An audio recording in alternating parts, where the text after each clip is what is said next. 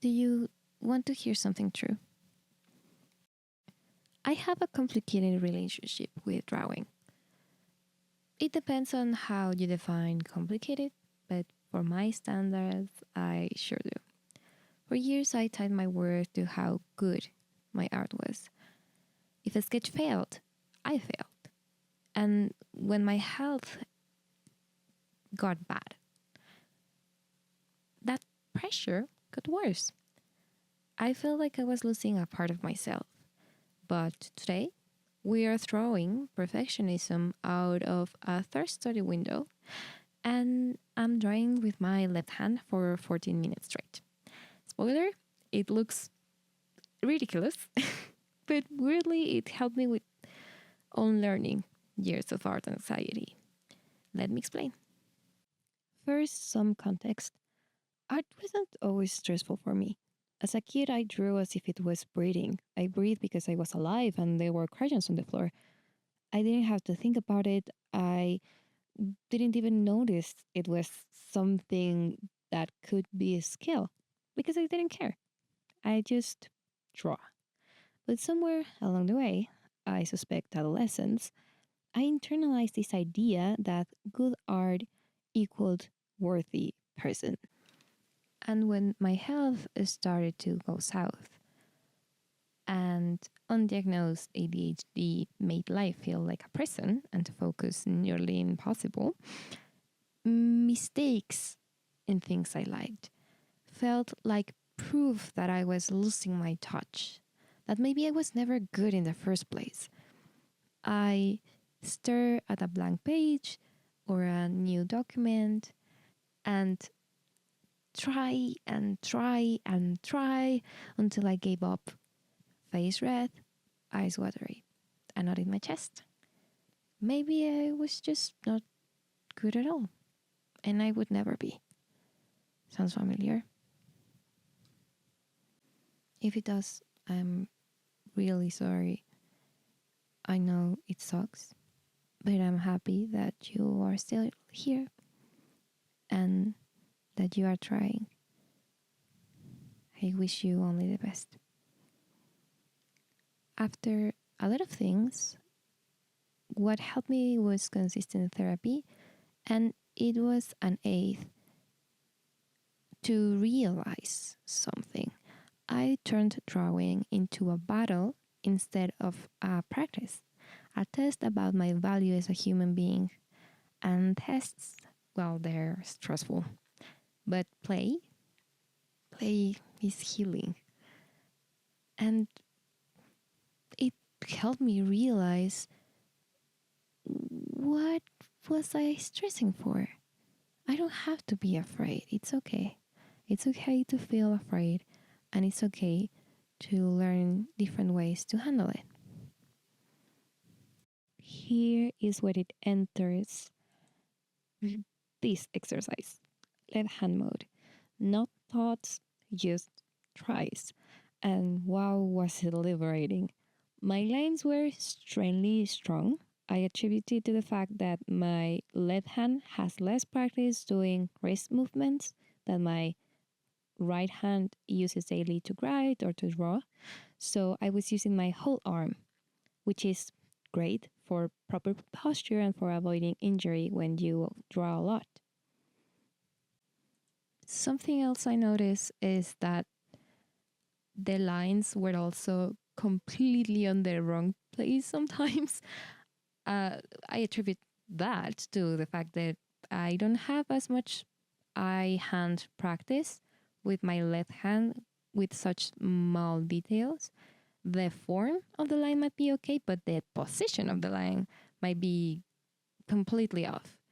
It was interesting practicing that with my other hand because I realized how the process of drawing is built, or at least how my body approaches it, because it's something that I've been doing for a very long time, and it's similar to writing. I think everybody in the world, or a very high percentage of people in the world, have practiced doing something akin to writing. And trying to do something so familiar in a different way helped me open my eyes to the building blocks I don't even have to think about when I am drawing or writing normally. I like that. It was like a fresh set of eyes, and it helped me realize what I'm struggling in my regular drawing is that I think about it too much. I focus too much on the form, and my lines suffer because of that. I do them very slowly or very harshly or too many times, and I don't need to do that. I don't think it's necessary for every try. And that's something this exercise helped me realize. Something else it helped me notice, not the exercise itself, but the preparation on it, is that since the spirit of this was just doing the thing and not thinking about it, using as little brain power as possible to just sit in front of the paper and draw something, is that looking for references and preparing to draw drains a lot of my energy. I know everybody's different, but right now, in this point of my life, I don't have a lot of energy to spare. And I realized that the time I use to scour Pinterest and getting distracted and then getting back on track to try and finish the thing I am doing leaves me already depleted. And when I have to draw something now, I feel tired because of all the preparation. Help this time was that I made a board with different styles and things that inspired me in Pinterest, and I had it ready. So when I sat down, I just opened that board, opened one reference, and started drawing. That helped significantly in the process. It helped me to not get sidetracked or distracted or too tired to do the exercise. The first reference I used was by Sandrine Han Jin Kuang, a 2D animator from Paris, France. This is the illustration that they did for Lockwood and Co. An adaptation, and it's on their Behance page. I found it in Pinterest originally, and I liked how it's staged. I like the expression and I like the movement. It's very visually clear. It's easy to read, and I like a lot the little details on the backpack, the cords that you use to adjust the backpack straps are moving, and that lets you know that she is moving. And it's such a small detail. I don't think I've seen it drawn in other places, but I really liked it. It made me feel interested and immersed in the illustration because of how realistic that small detail is, even if the illustration is highly stylized. I will link their page and socials in the description of the video.